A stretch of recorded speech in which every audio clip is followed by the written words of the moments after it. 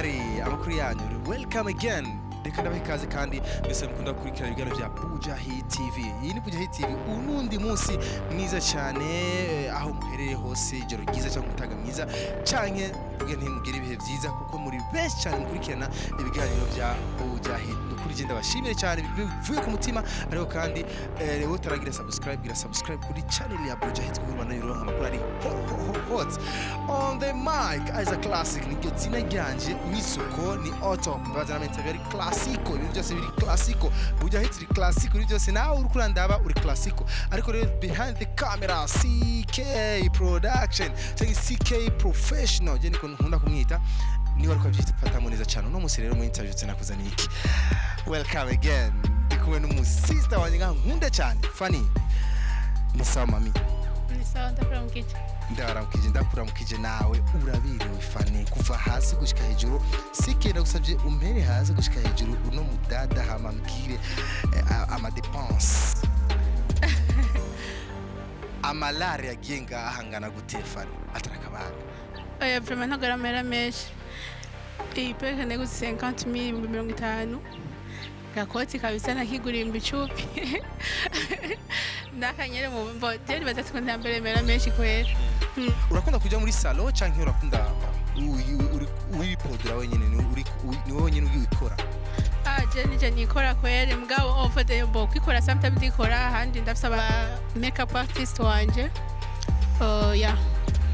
Beshi baramuzi Fanny DJ Fanny nimwe mbamenyesha makuru wa radio television by'igihugu kandi numwe mu ba vlogger je niko nomwita aba mu presenter kuri channel ya YouTube ya DJ Fanny +257. Uyu rero ni DJ Fanny turi kuri no munsi. DJ Fanny benshi mumenyereye henshi cyane kuri YouTube no YouTubers niko nomwita ariko kandi no mu presenter kuri radio television by'igihugu ariko kandi numwe mu ba novuga ati mu ba DJ babakobwa nibaza neza ariko byinshi tuza kubimenya iwe Fanny reka tugushimire cyane kandi gusubira guha akanya Buja Hit. Murakoze cyane. Yeah. Abatamuzi Fanny neza Fanny ninde akano kubaza ndabaza bimaze kukabaza cyane ariko kumbure abakikubona barakinga kumenya cyane. Fanny n'umuntu akunda abantu, Fanny n'umuntu akunda ibikorwa, Fanny n'umu DJ mwigeme, nkongera nkabumesha makuru kuri televiziyo y'igihugu, nkongera nkabumu YouTube nkuko bivuze fise YouTube channel zibiri DJ Fanny 257 TV na Live TV. DJ Fanny we numwe mu bakurikirana cyane umuziki industry ya Buja Flavor. Dafise utubazo twinshi genda kubaze warashima ni duke kandi si duke cyane genda kubaze kuvyerekeye umuziki wa hano iwacu mu Burundi impamvu kumbura utari gutera imbere cyane nivyo uriko uratera imbere ugeze ku ntambwe nziza ariko hari intambwe wifuza gushikako wibaza yuko umuziki mu Burundi maze gushikaho ukenewe gushika Fanny. Nibaza yuko aho twari turi kare siho turi ubu rana ubu abaririmbyi bateye imbere barasohoka hanze y'igihugu bakunda gukora ama video meza ama audio meza. Yeah. Ni byiza cyane umva ko tumaze gutera intambwe. Fanny wewe kuri wewe umwuga kumenyesha makuru ukora gute ukora rora hari abantu bakora imyuga utuzi twabo nkoba kugira abaroderi noti ariko abandi kandi bakora umwuga kubera yuko bawukunda kubera ari biri mu maraso yabo kumenyesha makuru uno mwuga wawe byageze gute Fanny twaga tukugira tubimenye. Je mwuga kumenyesha makuru nova ko ari umwuga uri mu maraso ni umwuga nakuze nkunda kuva nkiri muto kenshi nkunda kubivuga yuko mfise n'akarorero notanga kugira nerekane yuko ari umwuga nari niyumvamo kuva nkiri muto. Nibuka nari mfise imyaka 6 nararaba muri televiziyo nkabona abantu bavuga nkiyumvira bajya abantu baca hehe kugira baje muri televiziyo. Ndibuka umunsi umwe ndayifuka neza ndafuka kugira nze kuraba ko uko nagifutse igitambara nze gusanga ariko cyo bacahinda. Wari ufite imyaka ingana? 6 nafite imyaka 6 hama ndazinduka kare kuko uraziyo ufise ikintu wararanye ku mutima cyangwa mu bwenge nturyama. Naburabiye mu rugi ndaza ndugurura cyasanga ko nayifuse niko ndayisanze bisigura ko atamuntu yigeze aza kuyifukura umva aho mba ndose ikigwa yuko atabinjira mu ijoro muga ngumva ati none bacaye nkabura umuntu no bibaza Imana ati reka ndabigufashemo mvuye ku ishuri niga kuri Stella Matotina niho nize primaire mvuye ku ishuri camura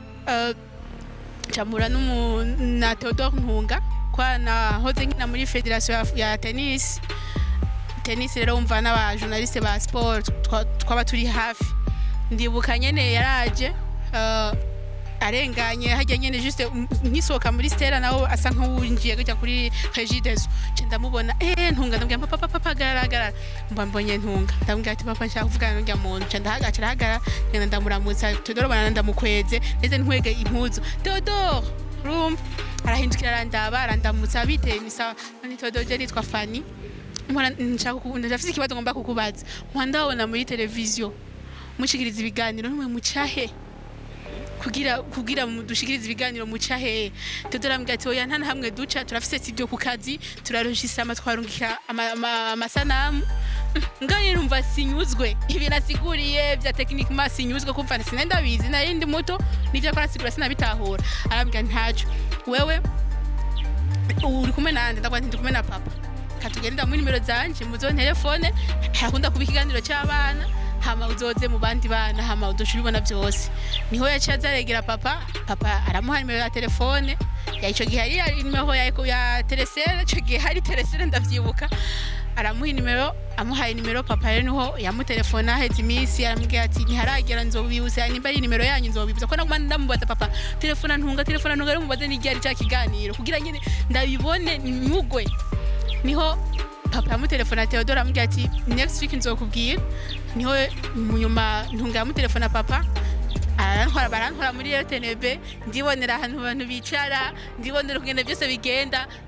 umutima usubira muravuga ati ndanyuzwe rero icyo ni ikintu ntazopfa nibagiye vuga ni narakunda cyane umugabo kumenyesha amakuru nkeneye kumenya byose uko bigenda kugira dushikiriza amakuru bigenda gute byose Fanny ico gihe uravye action nyuma yo kumenya yuko nyine babikora nyine bavyuma nyine bipanze amakamera nibiki wewe waje gusanga warigayaze mbega ico gihe washibona ko wari incabwenge canke ayo action yo kugura televiziyo n'amatournevis nibiki wabonye umenga warakajuju canke wabonye umenga n'ubwenge bwinshi warufise je novuga nti bwari ubwenge muri yo myaka ahandi nawe ubu nkuze bati kumbe narakajuju muga muri rya myaka bwari ubwenge kumva nari umuntu n'umwana nakuze nshaka kumenya kiya kintu mbonye ikintu nakera bani ndani hari ikintu gikora gute urumva yari nari meze uko nyina kuze meze uko rero umva maze umva umwana w'imyaka 6 ukaryamika televiziyo ngaho kugurura amavisi kugira urabe abantu bako baravuga ko bari ndani umva ubwo n'ubwenge je navuga ko bwari ubwenge muri yo myaka nari mfise bwari ubwenge mugabo ndabona ati kabone ni hatari. Okay Fanny ni sawa urumva mwemwe tukirana amasaha nizerereza yuko amaze kumenya ivyo Fanny yaciyemo akana kantu naka nakavilgire gato Fanny atazopfa yibagiye. Fanny reka tuve muri iyo myaka reka tuve muri iyo myaka ya kera turagerera ubu deje rakuze aho Buja Flavor umuziki w'Uburundi ugeze Fanny turamaze kuronka imyidogo myinshi y'abantu bavuga ati cyane abaririmbyi ati oya abajournaliste basigaye bagiye amafaranga y'abaririmbyi utasorore cyangwa udahaye amafaranga umumenyesha makuru indirimbo yawe ntayivuza warashibara n'abakinyi b'amareresi byo bose nuko urumva ba artiste mu cyama kivuga ati abamenyesha makuru mu Burundi nukuri ni danger ata amafaranga bahaye nta ndirimbo yawe bopfuye bavuza ku radio cyangwa mu kiganiro cyabo. Fanny we nkumenyesha makuru ibintu amakomante ndazurayazi uramaze kuyumva ubifata gute wabibonye gute? Je sinzi uko babisigura kuko nka niheye ko karorero nta muririmbyi n'umwe arigira nzana amafaranga ngo mvugirize indirimbo yanje ngo promoting indirimbo yanje nta n'umwe kuko cyane kaba hari naho nanyagirize vraiment nta n'umwe ndibaza muzamubibona kuko bamwe ntabanga ikintu yaragikoze aragipostinga ndakurahi je vraiment nta muririmbyi n'umwe arigira amafaranga ngo tora ngo nkorera promotion y'indirimbo zanje oya gusa icyo kintu novuga nti umuririmbyi nagende ku radio kuko buri media ifise service commercial nagende ku radio ari amafaranga ya promotion hama bamukore promotion y'indirimbo yiwe gusa muri twe dukora ibiganiro by'umuziki hari igihe uba wavugije indirimbo bagutelefonye kumva nyine ikiganiro cyagishe kubera indirimbo kanaka wavugije muri uwo mwanya inye niyo ndirimbo suva ngo araguha igiturire mushaka gutelefona allo Isaac uri he shaje vraiment wakoze nkeneye ko duhurire he dusangira agafana muri uwo mwanya cyo sigiturire urashimye kuvana kana nindi igikorwa gikozwe warakenguruka aho urakengurutse igikorwa cyakozwe mugarero ujya muntu ari amafaranga n'igikorwa kitarakora cyo no vuga ko ari giturire show ya Okay, wowe ati guhereza umuntu gusorerera umuntu nko gumushimira kuvyo yakoze si bibi ariko iyo ni siguro yawe Fani abandi isiguro bayihasuko bavuga yuko mubyo bwira muvuze indirimbo mpaka babaha amahera vraiment ivyo bintu nimba bikorwa n'ukuri nibahagarike kuko icyambere bidusubiza inyuma kuko ndavyo baririmbyi benshi bafise ingabirano kuririmba nta mafaranga boronka badukwiza twega bamenyesha makuru kuko nka jewe je vraiment igihugu kirampemba radio televiziyo y'igihugu birampemba fonction publique fonction publique irampemba channel yanje YouTube DJ Fanny 257 TV ndahembwa nubwo abari duke muganda turonka sinumva rero kungene noza ngo banze umpereze je cyo kintu vraiment no kwita kugitabaho kuko ico ni giturire cy'umugaragaro banze ukore umuntu abonye ko wakoze bati bana nkeneye gushima Okay, uyo ni Fani rero Fani abaririmbyi reka nje mu baririmbyi nje cyane hari umwe mu baririmbyi yigeze gupostinga avuga ati abamesha makuru kunukunu ikibazo canje Fani aho gihagaze wibaza biva kuki kugira bishike ahantu umuririmbyi afata telefone agashiramo amamega agatangura gupostinga ikintu nk'umenga ariko acoza abamenyesha makuru ino level abaririmbyi baba bashitse ko canke baba bamwe mu baririmbyi baba bafite zino ngeso Fani kuri wewe ubiha ihe siguro nuko baba bamenyeranye cyane no menyesha makuru cyane nuko ashobora kuba atanamuzi ariko kabashaka kuduga ku mutwe abamenyesha makuru wewe ubiha ihe siguro Fani iyo ngeso abaririmbyi bose bayikora je n'ababwirana bahanura bahagarike kuko ugerageje kuraba okay basi aho Burundi buri mu bujanye n'umuziki ntago turagira mu ntambwe nini muri Afrika uranyumva kuko muri uwo mwanya yo ahantu utaragera turabira ku bandi bateye imbere babigenjeje gute baciye he urantegera muri uwo mwanya vraiment abaririmbyi bakora nk'ivyo babihagarike kuko urinzi ubona umuririmbyi yubaho kumumenyesha makuru akamupostinga mutuko umunye babatandera afise kuko uko yakuze n'imibereho yo batari ibintu bitomoye kuko umuririmbyi azi cakora aririnda ko kantu kose koza kamucafuriza izina koza akashaka gutuma abantu bamuvuga nabi urantegera aho kantu kose aragerageza kugira ukirinda aho rero umva ntazibana zidakomana amahembe turashaka kuvuga ati twabamesha makuru turakwaruzana n'abaririmbyi muri uwo mwanya wo muririmbyi ntuirukire kuri Facebook Instagram ngo umwandike ngo umutuke muri uwo mwanya murondera abashinga ntahe murondera abagenzi ko ntamwe adafise umugenzi ushaka uwe uri mu bigute utuza kubufisa umugenzi urondera ujya mugenzi bumvikana uvuga ati bagenda keneye guhura na Isaac ndakeneye guhura na Fani yarankorera ibintu bitanezere bakabicarika hamwe bakabumvikanisha hama migara tanze gushika ku mashusho n'imende kuko inzo uvuga ati ngo ikintu gishitse kuri internet uragipostize Facebook Instagram kirashaka kugabanyiriza aba fans kuko amajambo ukoresheje muri ujya mwanya ufisha utuka nk'umuntu wandika ku muntu hano akoti bwa bundi nafana umuntu atagira indero hewe nagwe no musi sizosa kumufana wabononye career y'umuntu bien sûr urukura yonona kuko deja indero mu bintu byose irakenewe discipline irakenewe mu kazi dukora mu bintu byose bikenewe umuririmbyi wese agikora ivyo bintu byo kuvutuka kwanza uri umuririmbyi ugahangara umesha makuru ariko Fani hari abamenyesha makuru bari mu team y'abaririmbyi ugasanga n'umumenyesha makuru ari muri team y'umuririmbyi kanaka ino sura oyi ibi bintu juste Jenny baza ko bihari sinzi wewe kuri wewe si bihari ku bantu bamenyesha makuru basingeso nkizi ubabwira iki je mumenyesha makuru wese aja muri team mbo twese turi mu team like nko ma group ya WhatsApp kuko uri umunyesha makuru muririmbira kwiyegereza arabushira muri mugabo ugasanga uri hose mugaje mvuga yani haji usanga umunyesha makuru yegamiye umuririmbyi kanaka bijya bintu vraiment sivyo bintu biri gukora twicira umuziki kuko nimba nivyo biko gutera n'inzigo n'abandi biriko biratwicira umuziki w'u Burundi kuko uri umumenyesha makuru ntukuye kwegamira umuririmbyi wari we wese ngo ube ngo muri team ngo kanaka team Isaac team kanaka bijya bintu ntibikenewe kuko bose badukeneye kubufasha mugihe umaze kuja muri team Isaac kuhagerana ikibazo na kanaka ejo urambuza Fani we nimba tugendana nimba dukundana nuzosubira kandi kuvuza kanaka uranyumva cyangwa yabona uramuvugije akagira akantu kajaruzi kubera iki aiza kavugije kanaka urumva bijya bintu rero urumenyesha makuru uzi umwuga ukora kirazira kwegamira ati mkanaka kuko ego nta muririmbyi numwe abura umu attaché de presse nta muririmbyi numwe abura umuyobora mu kazi kiwe mugabo ntiwerekane ngo je ngo ndikanaka ugasanga tuko turaterana amajambo mu groupe ya WhatsApp ngo aho nyene gwaterana amajambo uko bavugira umuririmbyi umwe kandi bose badukeneye kubufasha rero abamisha makuru babikora vraiment nk'ivyo babihagarika ko biko biratwicira umuziki cyane. Fani hariho urunani rw'abamenyesha makuru b'umuziki mu Burundi rurahari? Ego hariho urunani, hariho association y'abajournalistes culturels barakoraho ya barakora ukora gute bo barimwo ni benshi bakora ama emission ya culturel nk'uko iwacu turi muri groupe en plus turagira inama tugahurira ahantu tukaganira kuvyerekeye umuziki nimba ari umuririmbyi kanaka yakuvuze ko ikintu bakakuvuga ati shina yakuvuze ko nico tugihindure gutya ya ariko narigeze kuronka nyidogo yume mu bamenyesha makuru ntarinze no kuvuga izina ati abamenyesha makuru nivyo ugo runani si ruhari ariko umumenyesha makuru ikaboneka ko bariko baramutera amajambo kuri social media nihaboneke reaction y'umumenyesha makuru numwe ashigikiye umumenyesha makuru bariko baratuka. Fani wewe nk'umumenyesha makuru umenyereye industry iki kintu sigihari wewe ukihiye nsigo je nibaza ko umwose umenya akazi kiyo kuvugira mugenzi wawe birabujijwe mu mwuga wawe kuvugira bashaka kumuvugira usanga ari mu makosa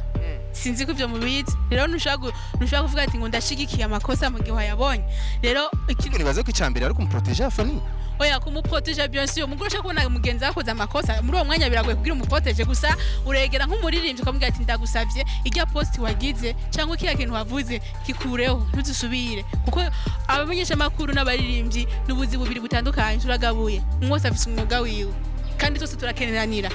rantegera rero nta anteri hari yo kuvuga ati ngo duterana amajambo ihari rero mugabo ubonye mugenzawe bageze kuko deja bavuze ati abamenyesha makuru mu Burundi DJ Fani arimwo Isaac arimwo birakubabaza bo abamenyesha makuru bo mu Burundi bakora ukuntu kumuducoza birakubabaza ko twese turimwo muri uwo mwanya nico ravuze ati ntazibana zitakomanya amahembe wowe uzi kumesha makuru cyangwa umuririmbyi agukoreye ikosa murondera bamwegereye abagenzi cyangwa abashingana mwicare muvugane hama biherere muri mwebwe neza cyane. Fani reka dusozere ikiyago cyacu kuko umwanya n'abariko dukurikirana nibaze neza yuko muri ko mukurikira byinshi kuvyerekeye umwuga wo kumenyesha makuru ariko naje cyane abaririmbyi ngene bo vyifatamwo imbere abaririmbyi kuko twese turakeneraniye. Fani promotion abaririmbyi bavuga yuko mutanga promotion abamenyesha makuru batanga promotion cyane ku baririmbyi bazwi cyane bavuze abaririmbyi nyene bazwi ariko promotion ntimuyitange kuri bose. Fani iki kintu wowe bibaza yuko gutanga promotion kuri bose bikunda nk'abamenyesha makuru? Urakoze cyane aize ku kibazo kizumbagije je novuga nti ndavye nk'akarono kuya nk'akarorero nkakana abandi kwa dukurikirana muri no mwanya je narigeze gufata umwanya ndavuga nti okay kanje mu bihugu bitwegereye aho novuga Tanzania cyangwa u Rwanda Kenya ufate ibihugu biri muri East Africa rero ndaja muri Tanzania kuko uravye Tanzania vraiment atari imbeshere irateye imbere cyane mu muziki kurusha mu Burundi ndabandi ubo bakoresha technique nyabaki kugira bashikaho aho bashitse nkeneye kubimenya nkeneye kumenya how ushobora kuvuga ati ndakore promotion umuririmbyi gushika naho amenyekana muri umwe narafashe urugendo nja muri Tanzania ndakora icyo bita media tour ndashimira Imana Batanzania banyakire neza kuko sanzwe ndi umumenyesha makuru wa televiziyo y'igihugu baranyakiriye n'iteka hama nagene ntwaye indirimbo 200 aho izo ndirimbo natwaye 200 ni indirimbo ico gihe zari novuga ati yaramahiti ngaho mu gisagara cacu izo natufashe ndagenda ndazitwaye ndabaha bumvirize ndabandi kuri tuba turabavugiriza indirimbo zanyu namwe nimudufashe promotion namwe barashira izo ndirimbo 200 ku meza barazumviriza muri Clouds bazumvirije mu ndirimbo 200 batwemo zitatu 17 barambwira ati izi ntazo twovuza bambwira ati ndabaza none kubera iki zari zihe izo ndirimbo zo novuga ngaho zirimwo message kweki mutozivuza baca barantwara muri studio yabo bazishiramwo barabati umviriza iyi umviriza ni umvisa udinga gute ndumva ko hari itandukaniro muri Tom Mbosi ndi mu producteur mbwana narumvise ko sound ya barambwira ati rero indirimbo mwe mukora nyinshi nizisohoka nizigirirwa promotion hanze y'igihugu kenshi kubera ari indirimbo production yanyu ni mbi sana mukora production mbi sana rero ivyo babaririmbye bavuga ngo ariko fane hanyine nagucire mu jambo nibaze ko bivana n'ivyombo kuko ibihugu vya Tanzania ibihugu biri develop nkuko babivuze ariko ivyombo ama studio ivyombo bakoresha nabyo uraraba fane nivyo urabishira ku ntavyo wabu ntibababwiye yuko n'ivyombo dukoresha ni wacu kumbure nibira ba develop cyane kuruta ivyo bindi bihugu nico kibazo urumva ni danger je ikintu navuga kuri ico kintu cy'ivyo mbuvuze nibaza yuko umudandaza mbo kwanza umuntu wese akeneye kuririmba abanze amenye ko music ari business ntago ushobora kujya kwanda itomati zaboze mu isoko ngo uriteze abagushorera atamutavu ufise bireke wewe ikintu wokora ushaka gutera imbere mu muziki urantegera kuri ugo gogo kuvuga ati ngo twavugije muri sound mbi mu producteur yawe yakoze beat nabi hari aba producteur bakomeye nga mu Burundi gusa nuko usanga bazimvye uri umwanya bazimvye fata uvuga ati je ibintu ndabikunda nkeneye kubikora fata umwaka wose wanashima ubikija ni ijana ku munsi urondere kesi uzasha mu ijana ushaka uvuga ati ndakwije amafaranga kuja ku mutotekana akasinda kubavuga amazina mugabo ariho bakomeye bakonde bakora amahiti umutwarire nubwo bazimvye umushire uti nkorera indirimbo urantegera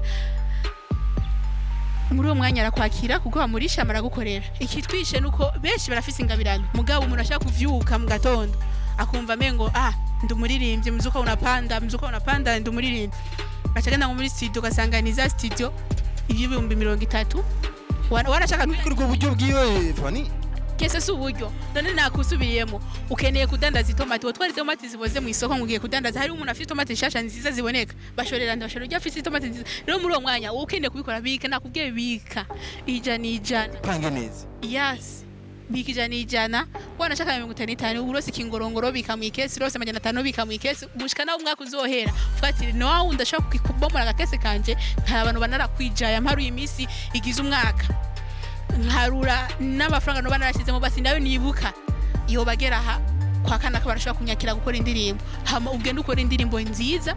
kugira natwe twizivuza tuzakire burya hari n'indirimbo ushobora kuvuza mu kiganiro I swear to God ndumva baragutelefone abariko barakumviriza nko bakora kurorera na urutweka nini tutolee ubwo ibyo badushemo n'ibiki ubwo n'ubusogi dukuriremo kandi ukuva bagutelefone sasa ukumva ko bisubije n'ikiganiro cyawe inyuma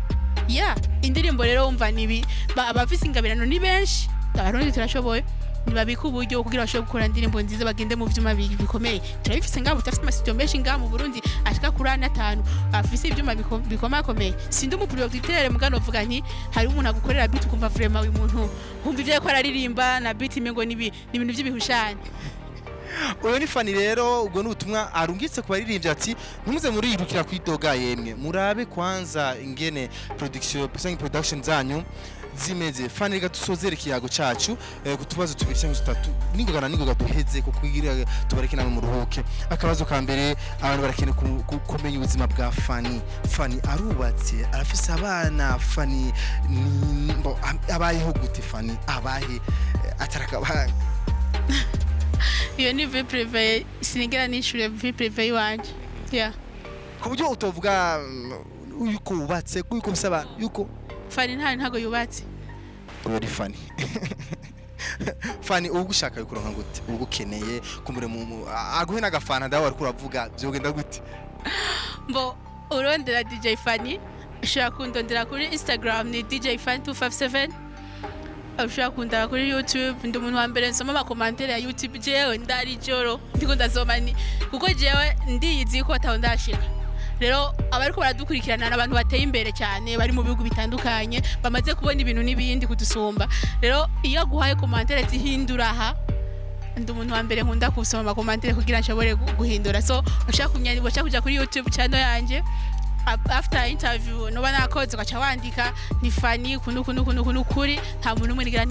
nigera ndeka kushira kuri YouTube and Facebook nitwa Fani Nyamurangwa ushaka kunyandikira ndafise na DJ Fan 257 page ukanyandikira ndasoma hama nkishura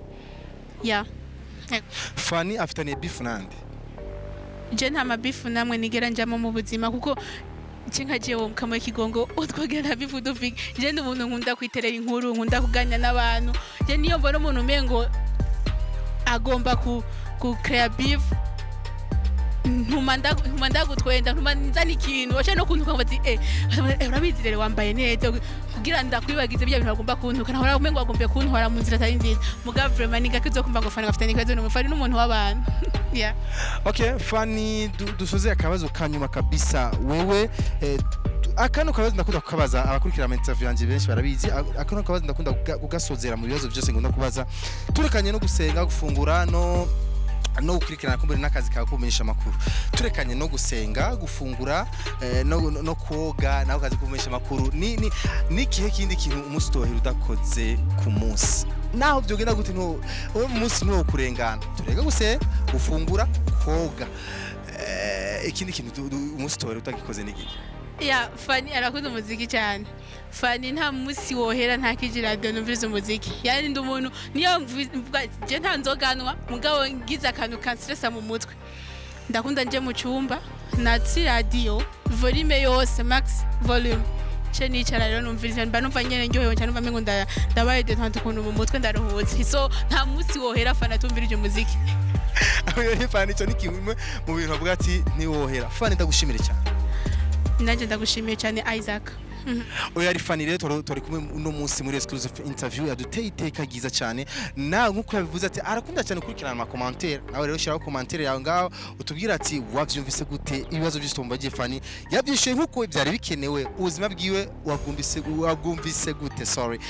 ariko kandi Fanny yashikije akantu kiza cyane yuko bimwe mu ma promotion y'umuziki we nturindire yuko abanyesha makuru bagufata mu kuboko nivyo barakenewe mu kazi kawe k'umuziki ariko kenshi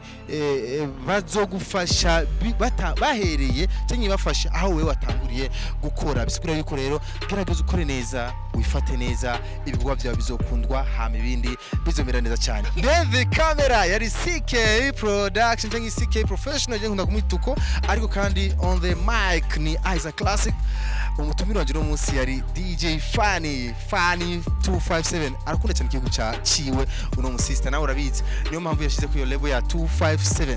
nawe rero ukurikirana ibiganiro byacu banakurikirana ibiganiro bya Buja Hit TV kora subscribe like na share hama ubana yishira ama commentaire yawe meshi wiro tukosore kuvyo aho tugeze